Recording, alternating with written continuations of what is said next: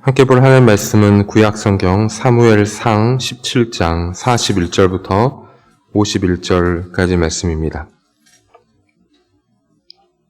구약성경 사무엘상 17장 41절부터 51절까지인데 저희가 함께 읽는 것은 49절까지만 읽도록 하겠습니다. 사무엘상 17장 41절부터 봉독은 49절까지 하도록 하겠습니다. 저와 여러분들이 한 절씩 번갈아가면서 49절까지 읽도록 하겠습니다. 블레셋 사람이 방패든 사람을 앞세우고 다윗에게 점점 가까이 나아가니라. 그 블레셋 사람이 둘러보다가 다윗을 보고 업신여기니 이는 그가 젊고 붉고 용모가 아름다움이라. 블레셋 사람이 다윗에게 이르되 내가 나를 개로 여기고 막대기를 가지고 내게 나와 왔느냐 하고 그의 신들의 이름으로 다윗을 저주하고 그 블레셋 사람이 또 다윗에게 이르되 내게로 오라 내가 내 살을 공중의 새들과 들 짐승들에게 주리라 하는지라. 다윗이 블레셋 사람에게 이르되 너는 칼과 창과 단창으로 내게 나아오거니와 나는 만군의 여호와의 이름 곧 내가 모욕하는 이스라엘 군대의 하나님의 이름으로 내게 나아가노라. 오늘 여호와께서 너를 내 손에 넘기시리니 내가 너를 쳐서 내 목을 베고 블레셋 군대의 시체를 오늘 공중의 새와 땅의 들짐승에 주어 온 땅으로 이스라엘의 하나님이 계신 줄 알게 하겠고 또 여호와의 구원하심이 칼과 창에 있지 아니함을 이 무리에게 알게 하리라. 전쟁은 여호와께 속한 것인즉 그가 너희를 우리 손에 넘기시리라.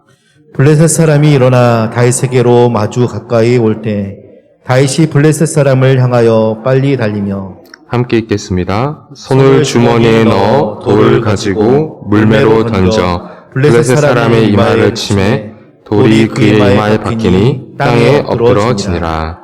아멘. 함께 읽은 본문의 말씀은 저희가 너무나도 잘 아는 다윗의 골리앗과 다윗의 싸움이고 큰 승리를 이룬 그 내용입니다. 사실 17장 전체를 저희가 부분 보면서 오늘 함께 말씀을 상고할 텐데요. 다윗과 이스라엘의 시선에 대해서 오늘은 좀 보려고 합니다. 그동안 저희가 다윗의 전투에 많이 다윗과 골리앗의 싸움에 대해서 많이 보았었는데 오늘은 시선이라는 관점에서 다윗의 시선 그리고 이스라엘의 시선이라는 관점에서 제가 함께 말씀을 보고 싶습니다. 덴마크의 심리학자 루빈이라는 사람이 있는데 그 루빈의 꽃병이라는 그 유명한 사진이 있습니다. 한번 보실래요? 루빈의 꽃병이라는 사진인데 이거는 심리학자 이 루빈이 전경과 배경을 설명하기 위해서 내놓은 사진입니다. 제가 질문을 드릴 테니 거기에 해당되는 분은 이제 조용히 손을 한번 들어봐 주시면 좋겠습니다. 여기서 꽃병이 보이시는 분 한번 손을 한번 들어봐 주시겠습니까? 꽃병이 보이시는 분. 네. 그럼 여기서 두 얼굴이 마주하고 있는 모습이 보이시는 분. 네. 얼굴을 보시는 분이 더 많으신 것 같아요. 루빈이라는 학자가, 심리학자가 이 전경과 배경을 설명하면서 이 그림을 사용하는데 무슨 뜻이냐면, 사람의 시선이 전경, 즉, 주목하고 있는 것. 그러니까 내가 대상을 인식할 때 관심 있는 부분은 나의 지각의 중심으로 떠올라요. 그게 전경입니다. 나머지 것들은 배경이 되는 거죠. 사라집니다. 제 시선에서. 그러니까 제가 보는 것만 보이는 거예요. 보지 않는 것은 보이지 않는 겁니다. 때론 저희가 이제 교육자들 안에서도 주보 작업을 하는데, 주보를 만드신 분은 아무리 봐도 틀린 부분이 보이지 않습니다. 근데 다른 분이 딱 와서 보면 틀린 부분이 보여요. 그러니까 이것도 전경과 배경의 하나의 원리일 수도 있겠죠. 그러니까 내가 보는 것만 보이는 것, 그것이 바로 전경이 앞으로 튀어나오는 거죠. 나머지 것들은 배경으로 사라집니다. 아마 저 그림에서 첫 인상에 처음으로 그림을 봤을 때 꽃병이 보이셨던 분들은 두 얼굴이 마주한 것이 보이지 않았을 거예요. 첫 인상에 두 얼굴이 마주하는 그림이 보였던 분은 꽃병이 아마 보이지 않았을 겁니다. 그게 전경과 배경이죠. 내가 보이는 것에 더 집중하고 보이지 않는 것은 사라지는 거죠. 일상생활에서 또 적용해보면 무엇이 있을까요? 저는 제 아이를 처음으로 유치원에 보낸 때를 아직도 기억합니다. 제 아이를 처음으로 유치원에 보낸 때. 처음으로 유치원에 보내고 제가 이제 유치원 끝날 시간이 돼서 데리러 나갔어요. 유치원이 끝나고 아이들이 우르르 쏟아져 나옵니다. 그 수많은 아이 중에서 제 눈에는 누구만 보일까요? 제 아이만 보입니다. 나머지 아이들은 그냥 배경이에요. 나머지 아이들은 뿌였습니다. 제 눈에 보이지 않고 그 20명, 30명 되는 그 아이들이 몰려 나오는데 제 눈에 보이는 것은 제 아이뿐입니다. 전경이죠. 제 눈에 보이는 게 전경이고 나머지 것들은 배경으로 사라지는 것이죠. 오늘 저희가 함께 이 이스라엘, 특히 다윗과 골리앗의 싸움에서 저희가 보고 싶은, 집중해서 생각해보고 싶은 부분은 바로 그것입니다. 전경과 배경. 우리의 시선이 어디에 머물러 있는지, 다윗은 무엇을 보았고 이스라엘은 무엇을 보았는지, 그리고 그 차이가 어떻게 극명하게 갈리는지, 그래서 우리 삶에는 어떤 시선을 가지고 살아가야 되는지에 대해서 우리가 좀 집중해서 보고 싶습니다. 함께 읽은 사무엘상 17장은 이스라엘과 블레셋 전투가 내용이 기록되어 있죠. 17장 8절에서 9절, 여러분들 성경이 있기 때문에 바로 그냥 앞에 9절을 보시면 17장 8절에서 9절에 암시하고 있듯이 당시의 전투는 각 진영에서 가장 강한 자가 나와서 대표로 싸우고 승리한 쪽의 군대가 전체 전쟁을 승리하는 것으로 여기는 그런 싸움이, 고대의 싸움이 있었습니다. 하지만 제가 17장 16절을 보듯이 골리앗, 그 블레셋 사람이 40일을 조석으로 아침 저녁으로 나와서 몸을 나타내고 여호와 하나님을 조롱하여도 40일 동안 그렇게 해도 그 어느 누구 하나 이 블레셋 사람 골리앗 앞에 서 있는 사람이 없죠. 모두 다 두려움에 떨고 있습니다. 17장 23절, 24절 보면 특히 24절을 보면 이스라엘 모든 사람이 그 사람, 골리앗이죠. 그 사람을 보고 심히 두려워하며 라고 나와 있습니다. 40일 동안 나와서 하나님을 모욕하고 욕되게 하여도 그 누구 하나 골리앗 앞에 선 사람이 없다는 것이죠. 그때 저희가 잘 알듯이 형들에게 도시락을 전달하러 온 이 소년 다윗이 골리앗이 하나님을 모욕하는 소리를 듣고 거룩한 분노를 가지고 골리앗 앞에 섭니다. 이스라엘 장수가 한 명도 서지 않는 그곳에 다윗이 서죠. 그리고 물매와 돌로 골리앗에게 승리를 거둡니다. 그렇다면 다윗과 이스라엘의 차이가 무엇이었을까요? 믿음과 가치의 차이, 즉 보는 것의 차이였던 것 같습니다. 무엇을 믿느냐, 그리고 무엇에 가치를 두느냐, 그리고 무엇을 바라보냐에 따라서 엄청난 결과의 차이를 가져온 것이죠. 다윗의 시점과 이스라엘의 시점을 비교해서 보면 흥미로운데요. 11절을 보면, 17장 11절을 보면 사울과 온 이스라엘이 블레셋 사람의 이 말을 듣고 놀라 크게 두려워한다라고 나와 있습니다. 사울과 온 이스라엘 사람 전체이죠. 사실 성경에는 두 가지 종류의 두려움이 나타나죠. 하나는 하나님을 향한 두려움, 우리가 그것을 경외라고 합니다. 경외함. 그러니까 잠언에서 말하듯이 여호와를 경외하는 것이 지식의 근본이라 하듯이 하나님을 존경하고 두려워하는 것이 한 종류의 두려움이라면 또 다른 종류의 두려움은 사람을 향한 두려움입니다. 누가복음 12장 4절부터 5절까지 보면 이렇게 기록하죠. 내가 내 친구 너희에게 말하노니 몸을 죽이고 그 후에는 능히 더 못하는 자들을 두려워하지 말라. 마땅히 두려워할 자를 내가 너희에게 보이리니 곧 죽인 후에 또한 지옥에 던져넣는 권세 있는 그를 두려워하라. 여기서 말씀하시죠. 두 가지 두려움의 대상이 나타나죠. 몸을 죽이고 그 후에는 아무것도 하지 못할 인간을 두려워하지 말고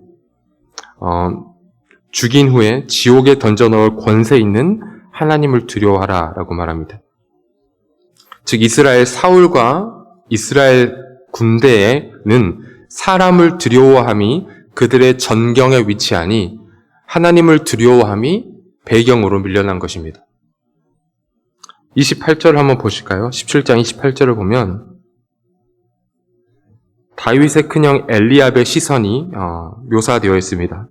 큰형 엘리압이 다윗이 사람들에게 하는 말을 들은지라 그가 다윗에게 노를 바라여 이르되 내가 어찌하여 이리로 내려왔느냐 들에 있는 양들은 누구에게 맡겼느냐 나는 너의 교만과 너의 마음의 완악함을 아노니 너가 전쟁을 구경하러 왔노라 한 것이죠. 다윗의 형 엘리압의 시선에는 다윗은 그냥 전쟁터에 말썽을 일으키러 온 장난꾸러기에 불과했습니다. 그냥 양을 쳐야 될 인물이 어디 감히 전쟁터에 나와서 어슬렁거리냐라고 말하는 것이죠. 33절을 보면 또 사울이 바라보는 다윗의 모습이 묘사되어 있는데요. 33절에 사울이 다윗에게 이르되 내가 가서 저 블레셋 사람과 싸울 수 없으리니 너는 소년이요 그는 어려서부터 용사임이라 라고 말합니다.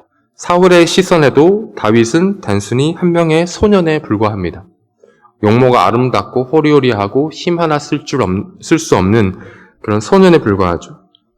그런데 사실 다윗의 큰형이나 사울의 시선은 마치 이스라엘 전체를 대표하는 것 같습니다. 눈에 보이는 것이 전부라고 믿는 시선이죠. 내가 보는 것이 전부라고 믿는 시각입니다. 즉 사람의 크고 작음이 그들의 전경에 위치하니 하나님의 위대하심이 배경으로 밀려나는 것입니다.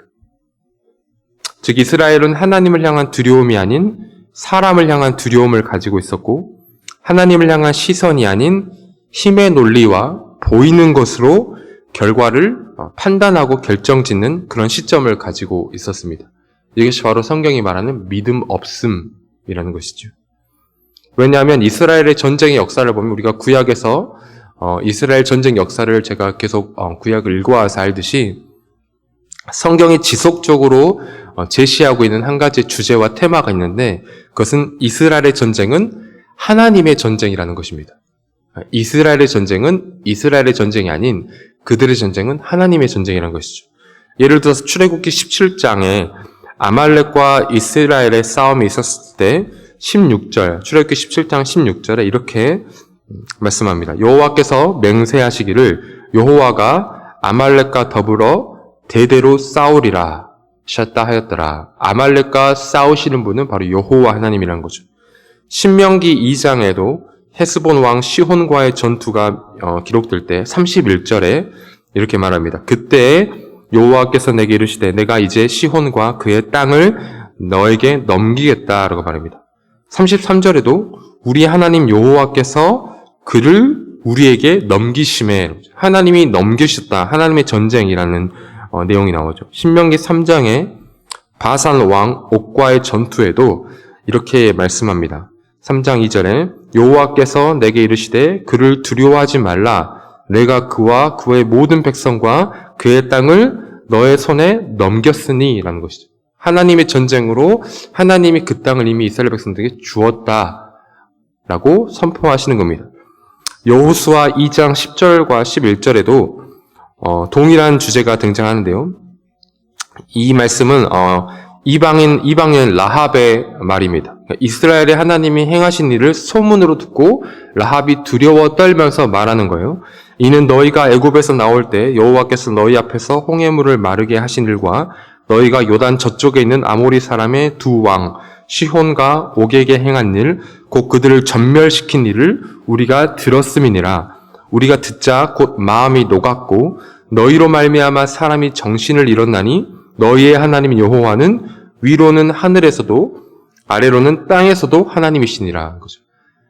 이스라엘 백성이 아닌 이방 여인인 라합조차도 하나님께서 이스라엘 백성들을 위해서 어떤 일을 하셨는지를 듣고 하나님을 찬양하는 것이죠. 위로도 하나님이시고 땅에서도 하나님이라는 겁니다. 한 구절만 더 보면 여호수아 6장에 저희가 잘 알고 있는 여리고성의 전투가 있죠.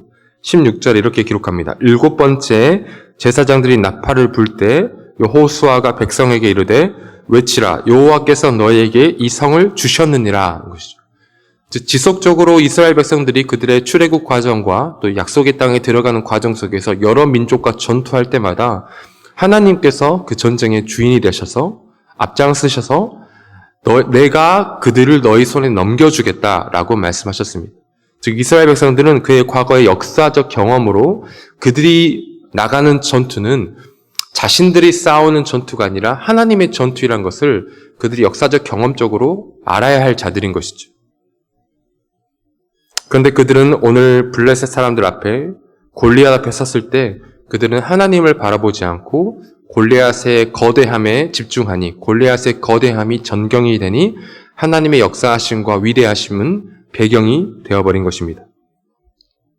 역대하 20장 15절에도 물론 다윗의 시대 이후 사건이긴 하지만 역대하 20장 15절에도 여호사밧과 아람의 전쟁에서 이렇게 말씀하시죠. 야하시엘이 이르되 온 유다와 예루살렘 주민과 여호사밧 왕이여 들을지어다. 여호와께서 이같이 너에게 말씀하시기를 너희는 이 큰 무리로 말미암아 두려워하거나 놀라지 말라. 이 전쟁은 너희에게 속한 것이 아니요 하나님께 속한 것이니라 라고 말합니다. 이 전쟁은 너희에게 속한 것이 아니라 하나님께 속한 것이다. 놀랍게도 오늘 다윗이 본문의 17장 47절에 동일한 고백을 합니다. 47절에 이렇게 기록하죠. 또 여호와의 구원하심이 칼과 창에 있지 아니함을 이 무리에게 알게 하리라. 전쟁은 여호와께 속한 것인즉 그가 너희를 우리 손에 넘기시리라. 지속적으로 반복된 테마, 하나님이 우리의 대적을 우리 손에 넘기겠다라는 그 주제와 그 역사적 사건을 다윗은 알고 있었죠. 그래서 말하는 겁니다. 여호와께서 너희를 우리 손에 넘기실 것이다. 이 전쟁은 여호와께 속한 것이다 라고 다윗은 고백한 것입니다. 그런데 이스라엘의 백성의 시선은 골리앗에 멈추어 있었습니다. 단 한 번도 자신의 능력으로 싸워서 이겨본 적이 없었던 이스라엘이 마치 골리앗은 자기 스스로 이겨내야 하고 자기가 스스로 쓰러뜨려야 할 대상으로 보고 거기에 머물러 있기 때문에 하나님이 그들의 눈에는 더 이상 보이지 않은 것이죠.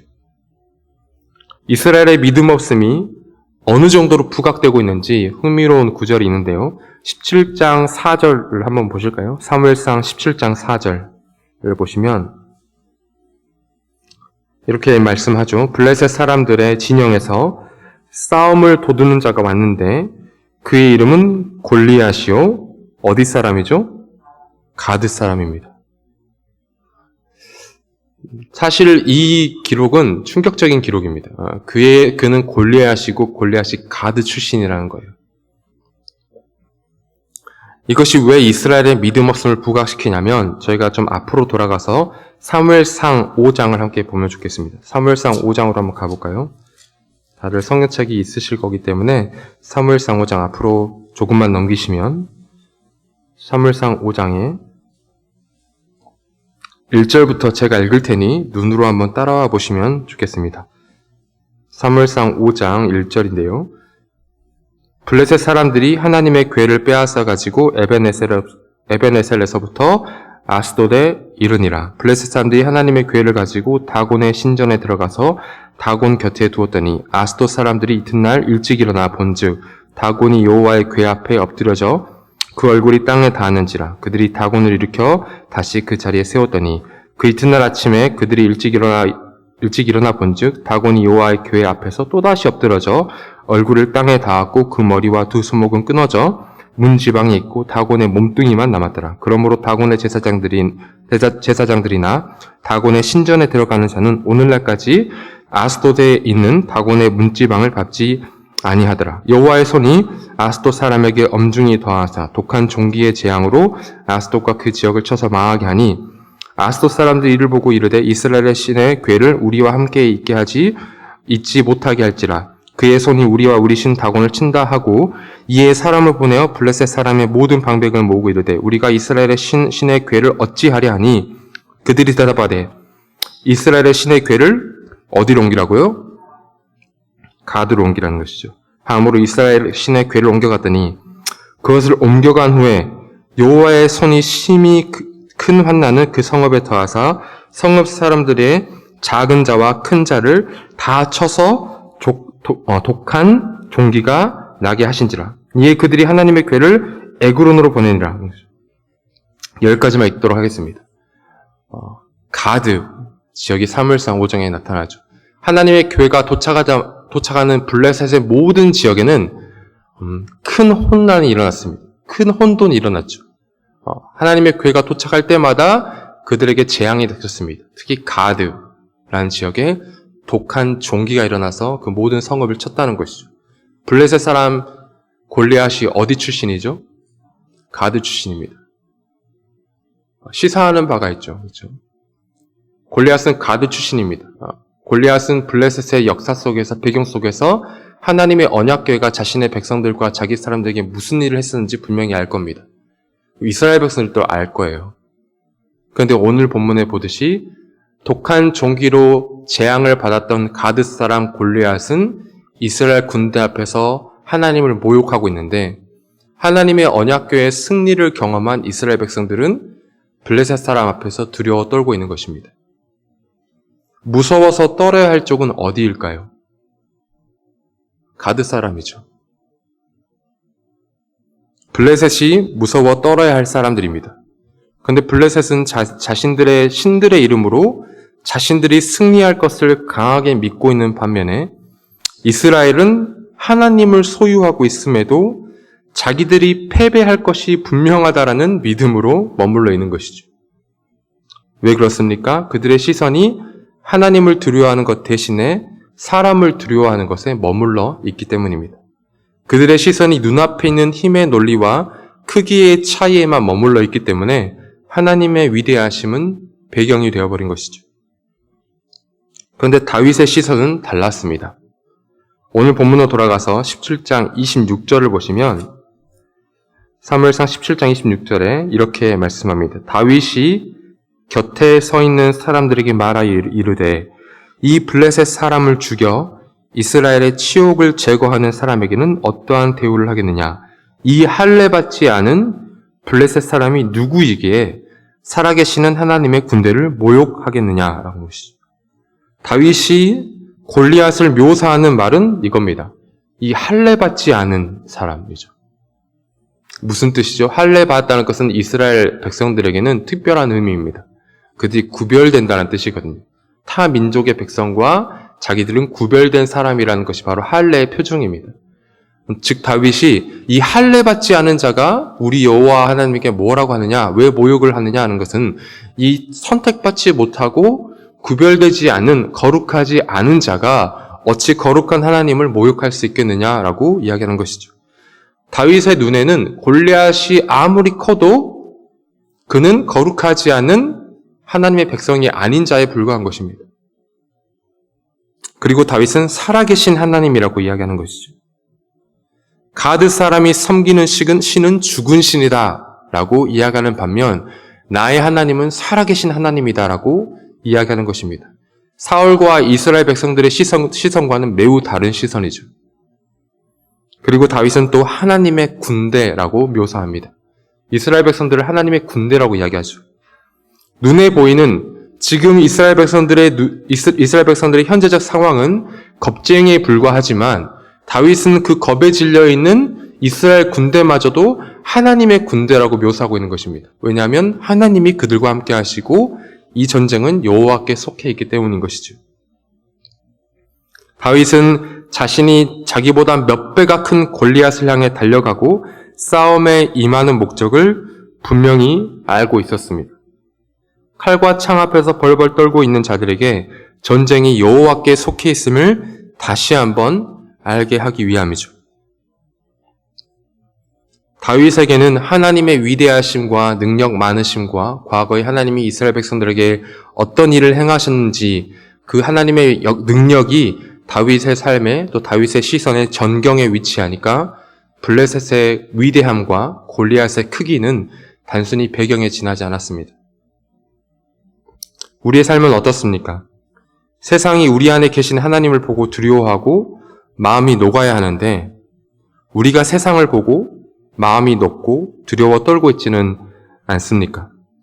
나의 믿음이, 나의 삶의 실제적인 경험이 예수를 증거하고 나의 경험보다 더 실제이신 하나님의 말씀이 우리가 예수를 소유한 자라고 이야기하는데도 불구하고 우리는 세상을 바라보고 세상의 거대함에 지나치게 집중한 나머지 한 발자국도 나아가고 있지 못한다면 우리는 오늘 두려움에 떨고 있는 이스라엘 백성과 그들의 시선과 별반 차이가 없을 것 같습니다. 사랑하는 성도님들, 세상이 커 보이기 시작하면 세상이 우리 시선의 전경에 위치하기 시작하면 나의 믿음은 배경에 위치하기 시작합니다. 하지만 내 안에 그리스도가 커져서 내 눈에 그리스도가 부각되고 그리스도가 전경에 위치하기 시작하면 세상은 배경에 지나지 않습니다. 여러분들이 직면하고 있는 세상의 거대함은 무엇입니까? 여러분의 시선을 하나님께 집중하지 못하게 하는 여러분의 골리앗은 무엇인가요? 재정일 수도 있고, 가정 문제일 수도 있고, 자녀 문제일 수도 있고, 실제적인 문제이죠. 무시하고 살아갈 수는 없는 것입니다. 우리가 반드시 다뤄내야 하고, 그리고 반드시 우리가 일상생활에서 해결해야 될 문제들이죠. 하지만 문제는 내가 무엇에 집중하냐인 것이죠. 그 실제적인 문제에 맞닥뜨려 해결책을 강구하고 돌파구를 찾는 것보다 더 중요한 것은 그 일을 하는 과정에도 나의 시선이 어디 있냐가 정말 중요한 것입니다. 무엇을 보는가에 따라서 나의 한계가 결정되기 때문이죠. 이스라엘은 골리앗을 보았고 다윗은 하나님을 보았습니다. 이스라엘은 크기를 보았고 다윗은 진리를 보았습니다. 여러분의 삶에는 무엇이 전경이고 무엇이 배경입니까? 하나님이 배경으로만 머물러 있지는 않습니까? 여러분의 어려움이 여러분의 삶에 마주하고 있는 문제들이 전경이 되어서 하나님은 보이지 않고 아무리 찾으려 해도 좀처럼 찾기 힘든 존재가 되어 있지 않다면 그때 우리가 시선을 다시 바로 잡아야 할 때인 줄 믿습니다. 시선이란 찬양이 있습니다. 제가 개인적으로 좋아하는 찬양이기도 한데요. 그 찬양 가사가 이렇습니다. 내게로부터 눈을 들어 주를 보기 시작할 때 주의 일을 보겠네. 내 작은 마음 돌이키사 하늘의 꿈 꾸게 하네. 주님을 볼 때 모든 시선을 주님께 드리고 전능하신 하나님을 느낄 때 내 삶은 주의 역사가 되고 하나님이 일하기 시작하네. 우리의 모든 시선을 주님께 드리고 우리가 살아계신 하나님을 경험하고 느낄 때 나의 삶은 주의 역사가 된다는 것입니다. 그리고 그때 하나님이 일하기 시작한다는 거죠. 근데 어려움과 환란이 우리 삶에 다가왔을 때 우리의 시선이 그 환란의 크기에 집중해 있다면, 그리고 그 어려움의 크기에 집중해서 하나님이 우리 삶의 배경에 위치했다면 하나님에게 일할 기회를 우리가 빼앗아 버리는 것은 아닌지 우리가 고민해 봐야 될 것 같습니다. 이스라엘과 우리의 삶은 하나님의 인도하심으로만 유지된다는 점에서 동일합니다. 이스라엘이 그들의 전쟁 역사를 통해서 하나님의 전투, 하나님이 적들을 그들의 손에 넘기심이라는 그 주제가 이스라엘 백성들의 역사 속에 새겨져 있듯이 우리 삶에도 하나님의 인도라는 그 발자취가 우리 삶에 새겨져 있습니다. 우리가 언제 한번 우리의 삶을 우리의 힘과 우리의 능력으로 살아본 적이 있습니까? 모든 것이 은혜 아니겠습니까? 우리가 살아온 모든 날들이 하나님의 은혜 아니겠습니까? 근데 왜 유독 어려움이 내 앞에 다가올 때 우리의 힘으로 그것을 이겨내려고 하는지 모르겠습니다. 그 모든 상황 속에서 은혜를 기대해야 하는 것이죠.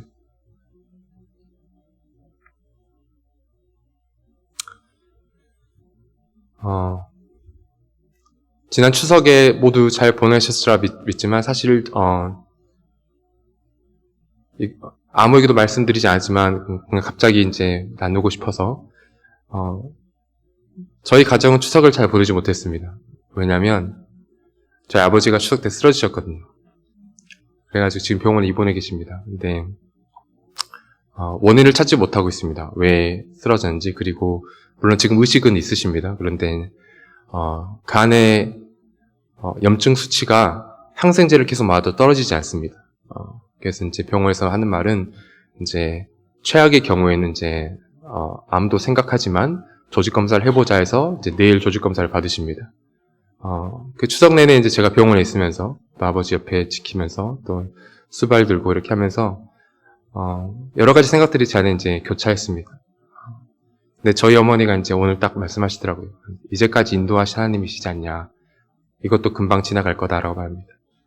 저희 가정은 크게 두려워하거나 걱정하지 않습니다. 근데 하나님의 은혜로 지금까지 살아왔고 앞으로도 그렇게 살 거라 믿고 있기 때문에 크게 걱정하지 않지만 순간순간의 제 안에 이제 그 모든 상황 속에서 하나님께 시선을 두기보다는 제가 스스로 무언가를 해내고 무언가를 돌파구를 찾으려고 하는 나의 모습들을 발견하기도 한 것 같습니다. 우리의 삶이 태어났을 때부터 지금까지 단 한 번도 우리의 힘으로 살아본 적이 없는 것처럼 지금부터 남은 우리의 삶도 우리의 힘으로 사는 것이 아니라 주의 은혜로 살아가야 될 삶일 줄 믿습니다. 하나님의 은혜와 그의 능력이 우리 삶의 전경에 위치하면 우리 삶의 어려움들은 배경으로 물러날 줄 믿습니다. 그러나 반대로 우리가 그것에 집중하고 어려움에 더 많은 관심을 쏟으면 하나님의 능력은 배경으로 물러나 버리게 되는 것이죠. 사랑하는 성도님들, 다윗의 시선이 우리의 시선이 되길 원합니다. 이스라엘의 시선이 우리의 시선이 되는 것이 아니라 다윗이 바라보고 있는 것, 다윗이 주목하고 있는 것, 하나님의 능력과 하나님의 은혜와 하나님의 인도하심이 우리 삶 안에도 전면에 드러날 때 하나님이 역사하게 된 것을 우리가 보게 될 줄 믿습니다. 그러한 믿음과 시선을 가지고 살아가는 저와 여러분 되기를 주의 이름으로 축복합니다.